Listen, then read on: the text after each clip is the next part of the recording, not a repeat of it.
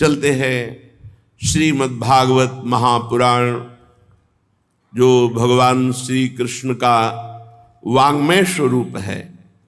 प्रसंग चल रहा है, भगवान ब्रह्मा जी सृष्टि रचना में देखा कि सफलता प्राप्त नहीं हो रही, तो एकदम क्रोध आ गया, भ्रकुटी चढ़ गई और भ्रकुटी से एक बालक जैसा प्रकट हुआ। वह प्रकट होकर रुदन करने लगा, तो ब्रह्मा जी ने उनका नाम रखा नील लोहित रुद्र। भगवान देवादिदेव महादेव का प्रादुर्भाव श्रीमद् भागवत के अनुसार ब्रह्मा जी की भ्रकुटी मध्य से हुआ। इसके बाद ब्रह्मा जी ने संकल्प किया तो 10 महान पुत्र प्रकट हुए संकल्प से। पहले मरीच जी, फिर अत्रि जी, फिर श्री अंगिरा जी, फिर पुलस्त जी, फिर पुलह जी, क्रतु जी, भृगु जी, वशिष्ठ जी, दक्ष जी और नारद जी। ये 10 महान तप संपन्न भगवत स्वरूप पुत्र प्रकट हुए। नारद जी ब्रह्मा जी की गोद में प्रकट हो गए, दक्ष जी अंगूठे से प्रकट हुए, वशिष्ठ जी प्राणों से प्रकट हुए, भृगु जी त्वचा से, क्रतु जी हाथ से, पुलह जी नाभ से, पुलस्त ऋषि कानों से, अंगिरा जी मुख से, अत्रि जी नेत्रों से, मरीच जी मन से उत्पन्न हुए। ये 10 संकल्पित महापुरुष प्रकट हुए। फिर ब्रह्मा जी के दाएं छाती से धर्म उत्पन्न हुआ, जिनसे मूर्तिमान भगवान नर नारायण प्रकट हुए, धर्म के पुत्र नर नारायण। और पीठ से अधर्म का जन्म हुआ, उससे संसार को महाभय प्रदान करने वाला मृत्यु प्रकट हुआ अधर्म से। ब्रह्मा जी के हृदय से संपूर्ण संसार को अधीन रखने वाला काम प्रकट हो गया।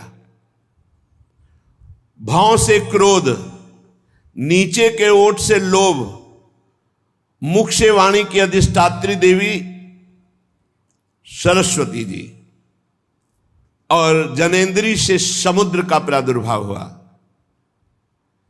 और गुदा से पाप का निवास स्थान राक्षसों का अधिपति निरिति, छाया से भगवान करदम जी उत्पन्न हुए। सारा जगत भगवान ब्रह्मा जी से उत्पन्न हुआ है। अब बड़ी घटना इस समय एक ये घटी कि जिस समय वाणी की अधिष्ठात्री देवी सरस्वती प्रकट हुई थी, इतनी सुंदर थी कि ब्रह्मा जी मोहित हो गए। यद्यपि वासनाहीन है, पर सृष्टि उत्पन्न करनी, इसलिए ऐसा संयोग ब्रह्मा जी की बुद्धि लड़खड़ा गई। जो 10 पुत्र पहले ब्रह्म ऋषि प्रकट हुए, उन्होंने तत्काल हाथ जोड़ा और कहा, पिताश्री आपको शोभा नहीं देता, आप समर्थ हैं, आप अपने मन में उत्पन्न हुए इस काम वेग को रोकिए। आप ये क्या देख रहे हैं, आपकी दृष्टि सही नहीं। पूर्ववर्ती कभी ब्रह्मा ने ऐसा नहीं किया जो पूर्व में ब्रह्मा हुए। आप तेजस्वी हैं, ऐसा आपको शोभा नहीं देता जैसी दृष्टि से आप देख रहे हैं सरस्वती जी की तरफ, क्योंकि आप जैसा करेंगे वैसा ही आचरण संसार में उतरेगा। आप जगत के रचयिता हैं, आप भगवत स्वरूप हैं। मैं आपको नमस्कार करता हूं, लेकिन आपको रोकता हूं, आप अपनी दृष्टि बदलिए। जे ही ऐसा इन 10 महापुरुषों ने कहा तो ब्रह्मा जी बहुत लज्जित हो गए और कहा, धिक्कार, ऐसी वृत्ति कैसे आ गई। तत्काल उनका शरीर छूट गया धिक्कार देते ही, और वो भयानक कोहरा, अंधकार, काम इनके रूप में प्रकट हुआ। चूंकि ये सृष्टि करनी थी इसलिए ऐसा संकल्प हुआ। कोहरा, अज्ञान, अंधकार, काम, जो सरस्वती जी को देखकर मन में संकल्प बना, उससे अंधकार, कोहरा और पापाचरण कराने वाला काम प्रकट हुआ। काम दो प्रकार का, एक धर्म स्वरूप और एक पाप स्वरूप। ब्रह्मा जी जो ही वो शरीर छूटा, नया शरीर धारण किया, क्योंकि तेजो में भगवत स्वरूप है। उसी समय ब्रह्मा जी के 4 मुखों से 4 वेदों का प्रादुर्भाव हुआ। उपवेद, न्याय शास्त्र, होता, उद्गाता, अध्वर्यु, ब्रह्मा, इन 4 ऋत्विजों के साथ कर्म, यज्ञों का विस्तार, धर्म के 4 चरण, चारों आश्रम, उनकी वृत्तियां, ये सब ब्रह्मा जी के मुख से उत्पन्न हुई। ब्रह्मा जी ने अपने पूर्व, दक्षिण, पश्चिम, उत्तर के मुख से, पूर्व से ऋग्वेद, दक्षिण से यजुर्वेद, पश्चिम से सामवेद और उत्तर के मुख से अथर्ववेद का प्रादुर्भाव किया। ऋग्वेद, यजुर्वेद, सामवेद, अथर्ववेद, 4 वेद प्रकट हुए ब्रह्मा जी के मुख से। फिर क्रम से शास्त्र, होता का कर्म, इज्जा, अधिवर्य का कर्म, स्तुत, स्तोम, उद्गाता का कर्म और प्रायश्चित, ब्रह्मा का कर्म, ये 4 कर्म प्रकट हुए। फिर ब्रह्मा जी के 4 मुखों से आयुर्वेद, चिकित्सा शास्त्र, धनुर्वेद, शस्त्र विद्या, गांधर्व वेद, संगीत विद्या, स्थापत्य वेद, शिल्प विद्या, ये 4 उपवेद प्रकट हुए। फिर सर्वदर्शी भगवान ब्रह्मा ने अपने 4 मुखों से इतिहास, पुराण रूप 5वां वेद प्रकट किया। फिर षोडशी और उक्त, चयन और अग्निष्टोम, आप्तोर्याम और अतिरात्र, वाजपेयी और गोशव, ये यज्ञ प्रकट किए। सावित्र वृत्ति प्रकट की। सावित्र कहते हैं जब यज्ञोपवीत संस्कार कराया जाता है और गायत्री मंत्र का उपदेश किया जाता है तो उसे 3 दिन तक ब्रह्मचर्य रहकर गायत्री का अनुष्ठान करने को सावित्र कहते हैं। फिर प्राजापत्य, अगर वो आगे बढ़ना चाहता है तो 1 वर्ष का ब्रह्मचर्य और गायत्री अनुष्ठान दिया जाता है। फिर ब्राह्म, वेदाध्ययन की समाप्ति तक, जब तक पाणि ग्रहण न हो तब तक अखंड ब्रह्मचर्य, गायत्री अनुष्ठान और वेदों का स्वाध्याय, इसे ब्राह्म। और फिर बृहत, बृहत आजीवन नैष्ठिक बाल ब्रह्मचारी, कभी भी कोई भी संयोग नहीं करूंगा, आजीवन ब्रह्मचारी रहूंगा, ये आयु पर्यंत रहने वाले ब्रह्मचारी को बृहत। ये 4 वृत्तियां ब्रह्मचारी की प्रकट की और 4 वृत्तियां गृहस्थ की प्रकट की। वार्ता, संचय, शालीन, शीलोंच। फिर ब्रह्मा जी की अव्यक्त एक वाणी प्रकट हुई, ओम आ उ मा ओम, ये परिपूर्ण ब्रह्म स्वरूप है। मरीच आदि ऋषियों से कहा कि सृष्टि विस्तार करो, पर कुछ खास प्रजा की वृद्धि नहीं हो रही थी, तो बहुत चिंतित हो रहे थे। इसी समय ब्रह्मा जी के शरीर के 2 भाग हो गए। दाहिने भाग से जो विभक्त हुए उसे काय कहा गया।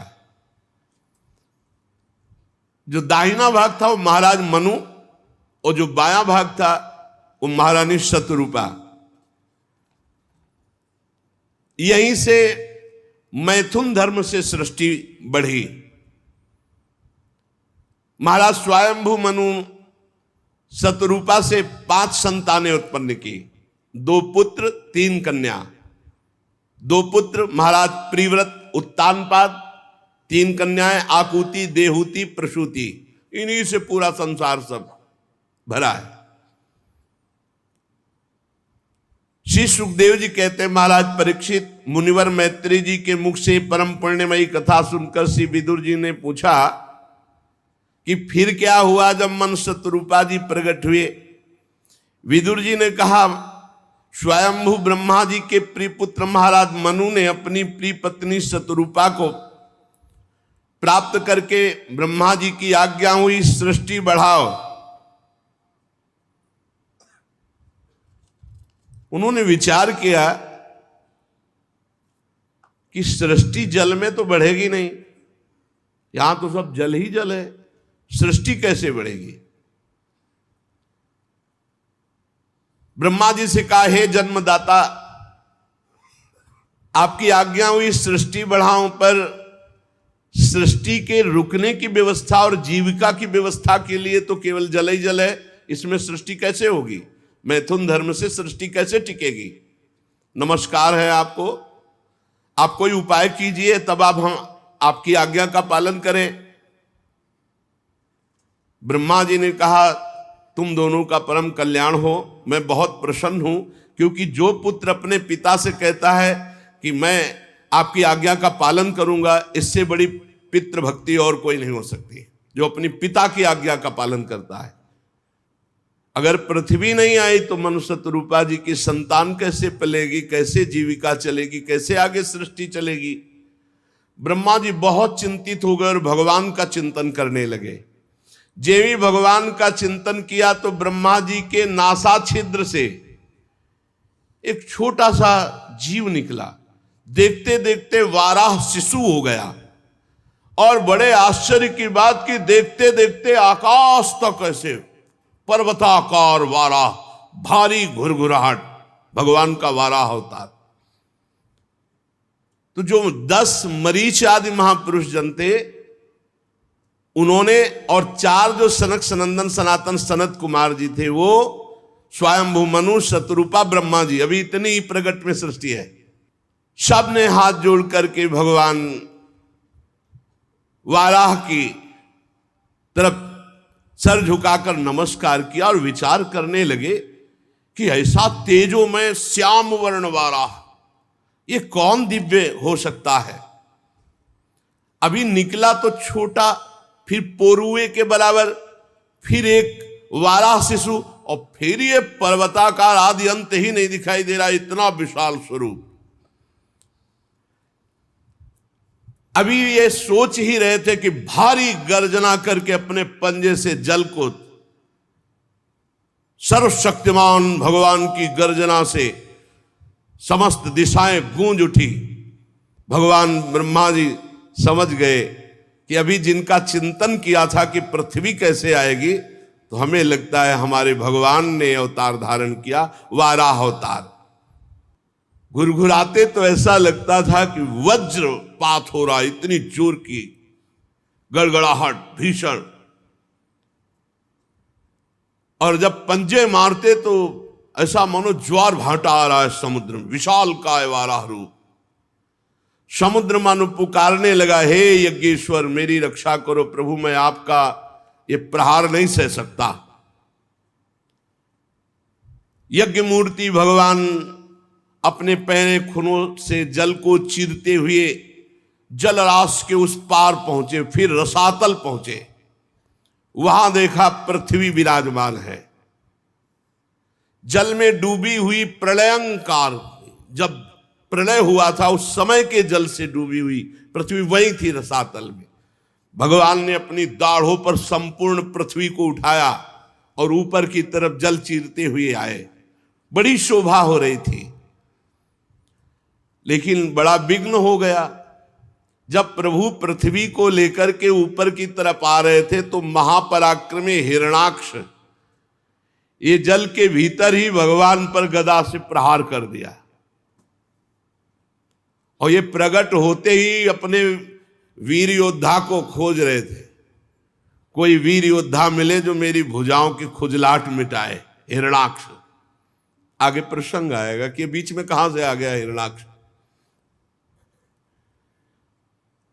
उस समय भगवान ने पृथ्वी को तो दाढ़ पे संभाल के रखा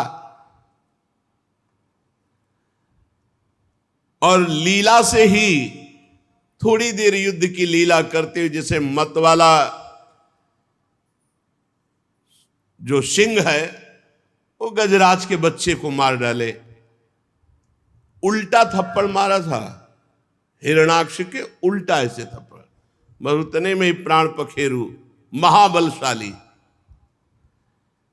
जैसे गजराज अपने दांतों पर कमल पुष्प धारण करे हो, ऐसे ही बहुत पूरी पृथ्वी को, ऐसा कोई भार नहीं लग रहा भगवान को, बाहर जल से निकाल के लाए। तमाल के समान नीलवर्ण वाला भगवान को जब देखा पृथ्वी लेकर आते हुए, ब्रह्मा मरीच आदि को निश्चय हो गया कि ये स्वयं भगवान श्री हरि है। तब हाथ जोड़कर भगवान की स्तुति करने लगे। श्री मैत्रेय जी कहते हैं, ब्रह्मवादी मुनियों ने जब भगवान की स्तुति की तो वाला भगवान ने अपनी शक्ति से पृथ्वी को ऐसे स्तंभित कर दिया कि जल में ना डूबे। श्री विदुर जी महाराज ने कहा, अभी तो आप ब्रह्मा जी की सृष्टि के कुछ चुने हुए नाम ले रहे थे, बीच में हिरणाक्ष कहां से आ गया प्रभु? पूर्व काल में ब्रह्मा जी ने ये इतिहास परंपरागत सुनाया था, वही मैं तुम्हें सुना रहा हूं। मैत्रेय जी कह रहे हैं कि एक बार दक्ष की पुत्री दिति, ये एक दिन संध्या के समय कामातुर हो गई। संध्या के समय कामातुर होकर कश्यप जी का वस्त्र पकड़ लिया और कहा, अब पति ही है कि प्रभु अब मुझ दीन के ऊपर कृपा कीजिए, मुझे कामदेव ने परास्त कर दिया, मैं बेचैन हूं। कश्यप जी ने कहा, ठीक है तुम्हारी इच्छा धर्मयुक्त है, कोई अधर्मयुक्त नहीं है, लेकिन इस समय नहीं, ये समय अधर्म का, अगर ऐसा किया गया तो भारी अधर्म हो जाएगा, क्योंकि संध्या काल है। बहुत समझाया पर देवी दिति तो एकदम ब्रह्मर्षि कश्यप जी का वस्त्र पकड़ लिया और कहा, मैं आपका उपदेश सुनने के लिए आपसे प्रार्थना नहीं किया। कश्यप जी ने भगवान को नमस्कार किया कि है जरूर कोई लीला जो समझाने पर भी नहीं समझ रहे। इसके बाद फिर स्नान करके वाणी को संयम में करके सनातन ब्रह्म का ध्यान करने लगे कश्यप जी। जैसा दिति जी चाह रही थी वैसा, क्योंकि पति है।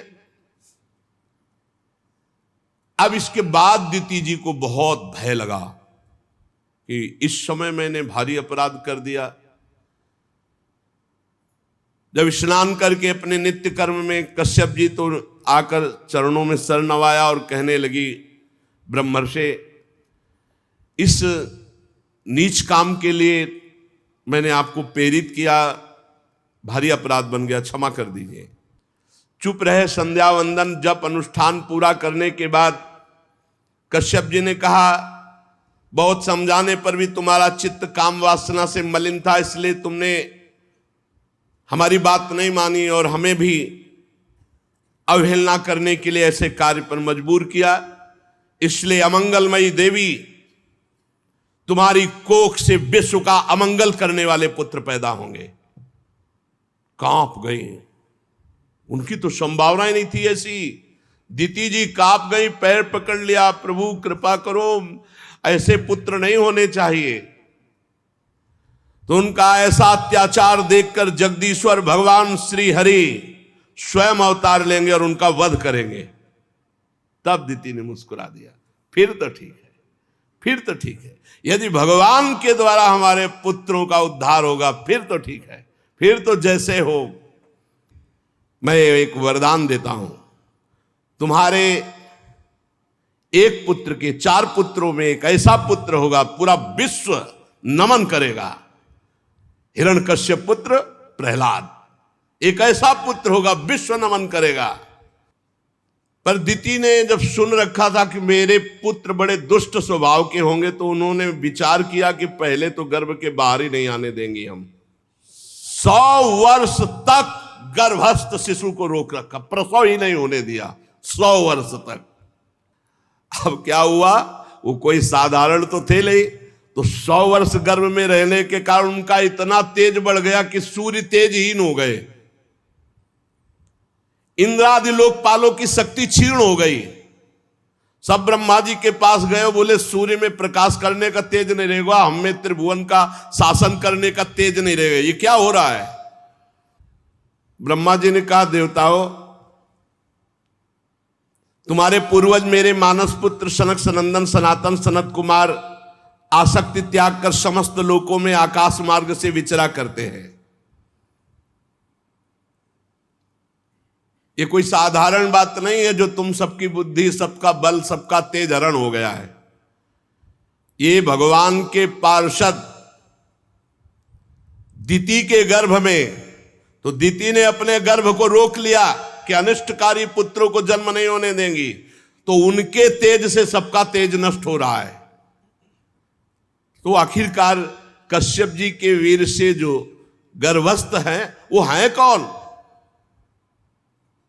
तो ब्रह्मा जी हंसे और कहा, देवताओं, तुम्हारे पूर्वज मेरे मानस पुत्र सनक सनंदन सनातन सनत कुमार, ये चारों आकाश मार्ग से विचरण करते रहते हैं। एक बार वो भगवान श्री नारायण के दर्शन के लिए वैकुंठ धाम में जा पहुंचे, तो हाथ में गदा लिए हुए समान आयु महान तेजस्वी बाजूबंद कुंडल किरीट आभूषणों से अलंकित अरविंदाक्ष, पता नहीं भगवान की प्रेरणा, तो देखते ही क्षुभित हो गए और बेत लगा दिया। चारों कुमार तत्वज्ञानी थे, ब्रह्म दृष्टि रखने वाले थे, पर फिर भी गुस्सा आ गया। वैसे और जो वैकुंठवासी द्वारपाल थे एकदम सावधान हो गए, ये क्या, जय विजय ने ये क्या कर दिया, ऐसे महापुरुषों को क्यों रोक दिया। अब अपने प्रभु के दर्शन के लिए व्याकुल होकर जा रहे थे, तो एकदम भ्रकुटी चढ़ गई। तुमने अपराध किया, तुम अपनी मंद बुद्धि के कारण भेद बुद्धि की और भगवान के स्वभाव के प्रतिकूल व्यवहार कर दिया, इसलिए जाओ वैकुंठ से तुम्हारा पतन हो जाए और तुम भगवान के विपरीत स्वभाव में जन्म लो। तुम्हारे अंदर काम क्रोध लोभ ये तीनों शत्रु तांडव करे, मैं ऐसा साफ देता हूं। अब पता नहीं क्या हुआ जय विजय को कि चरणों में लौट गए और कहा, आपने कह दिया काम क्रोध लोभ तुम्हारे हृदय में रहे, तो भगवान की स्मृति से भी विमुख कर दिया, भगवान से विमुख कर, इतना बड़ा दंड क्यों, आप और कोई दंड दे देते, आप मुझे और कोई दंड दे देते। विनय ही कर रहे थे कि देखा जय हो भगवत पार्षद कर रहे, और सामने से चंवर डुला रहे जा रहे, छत्र लगा हुआ है, पुष्प के पावड़े पर रहे, अखिल लोक चूड़ामणि भगवान श्री हरि पधार रहे। वैकुंठाधिपति भगवान श्री हरि बोले, मुनिगण बहुत ध्यान देने योग्य बात है, ये मेरे हैं जय विजय, मेरे पार्षद मेरे दास हैं, जो मेरे हैं, अगर उनके द्वारा अपराध हो जाता है तो मैं अपना ही अपराध मानता हूं। कह रहे मैं आप लोगों से प्रसन्नता की भीख मांगता हूं, भगवान कह रहे हैं, लेकिन अवधि में तो बांध दीजिए, इनको अवधि में तो बांध दीजिए, एक सीमा में तो कर दीजिए। आपने तो साफ केवल छोड़ दिया ऐसे कह के जाओ और यहां से पतन हो जाए, काम क्रोध तुम्हारे हृदय में बसे, अहंकार तुम्हारे हृदय में बसे। भगवान कह रहे इसको सीमा में तो बांध दीजिए, जिससे ये उस समय काल की गति में भोग कर फिर मेरे पास आ जाए। ब्रह्मा जी कहते सनकादि मुनि क्रोध रूप सर्प से डसे हुए थे, भगवान की वाणी सुन करके उन्हें तृप्ति नहीं हो रही थी। भगवान की मनोहर और बड़ी गूढ़ बात अर्थपूर्ण गूढ़ दुर्विज्ञ गंभीर। सनकादि ने ध्यान दिया कि अरे ये भगवान क्या बोले, मेरे पार्षद, मेरे सेवक, मेरे दास, बड़ी गूढ़ बात। तब समझ पाए कि इसमें तो भगवान की ही कोई विचित्र लीला थी, जो मेरी बुद्धि को फेर दिया और भगवान के दासों को श्राप दिया और भगवान के पार्षद मुझे रोक दिए। तब वो आनंदित हुए, पुलकित हुए, अरे अरे इसमें तो भगवान की ही लीला है, ये तो भगवान की योग माया का प्रभाव। तब हाथ जोड़कर बोले, सर्वेश्वर प्रभु, आप ये बोल करके मुझे बड़ा अनुग्रह किया, मेरे हृदय अब ज्ञान प्रकाशित हो रहा है कि आप क्या करना चाहते हैं। आपके अनुचरों को शाप दिया, इसलिए मुझे तो लगता है कि दंडनीय अपराध हमसे बन गया, आप मुझे दंड दे दो, स्वीकार है। शिव भगवान ने कहा, नहीं मुनिगण, आपने जो इनको शाप दिया सच मानिए, परम सत्य मेरी प्रेरणा से हुआ है। भगवान ने कहा, ये मेरी प्रेरणा, सत्य मानिए मेरी प्रेरणा से हुआ है। अब ये 3 जन्म तक दैत्य भाव को प्राप्त होंगे और क्रोधावेश में हर समय मेरे में एकाग्र रहेंगे, और मैं अवतार बार बार लेकर के इनका उद्धार करूंगा और इन्हें पुनः स्थापित करूंगा अपने द्वारपाल के रूप में। द्वारपालों ने कहा, जो आज्ञा। उसी समय वो सर्वाधिक महामहिम श्री संपन्न वैकुंठ धाम से गिर गए, और वही दिति के गर्भ में, जो 100 वर्ष से अभी गर्भ में, वो जय विजय हैं, कोई दूसरे नहीं, जो हिरणाक्ष और हिरण्यकश्यप के रूप में विराजमान है। वैकुंठादि लोकपति भगवान के पार्षद है, इसीलिए त्रिभुवन में हाहाकार मचा हुआ है, सबका तेज रुक गया है, क्योंकि भगवान के पार्षद गर्भ में। सब जाओ और दिति के चरण पकड़ो, प्रार्थना करो कि प्रसव करो, गर्भ को प्रसव में इनको निकालो, ये पार्षद प्रवर भगवान के हैं। नहीं, अगर और गर्भ में रहे तो सब नष्ट होना प्रारंभ हो जाएगा। आदि पुरुष भगवान ब्रह्मा जी ने ऐसा आदेश किया देवताओं को, आप निश्चिंत रहो, ये भगवान के पार्षद है। जाकर दिति जी तो जो जाकर प्रार्थना की, फिर इनका प्रादुर्भाव होना और इनकी लीला। ये भगवान के पार्षद हैं हिरणाक्ष, हिरण्यकश्यप, रावण, कुंभकर्ण, शिशुपाल, दंतवक्त्र, ये भगवान के पार्षद है। भगवान ने कहा था मुझसे बैर करना, तो कभी भी विनय शब्द इनके हृदय से नहीं निकले, कभी भी। भगवान की कृपा से सत्संग मिल गया, धाम मिल गया, नाम मिल गया, रूप मिल गया। अब ऐसे सावधान हो जाओ, आगे और मलिन कलयुग आने वाला है, उसमें भजन साधन, भगवत प्राप्ति, ये सब दुर्लभ बात रहेगी। अभी समय है, थोड़ा समय है।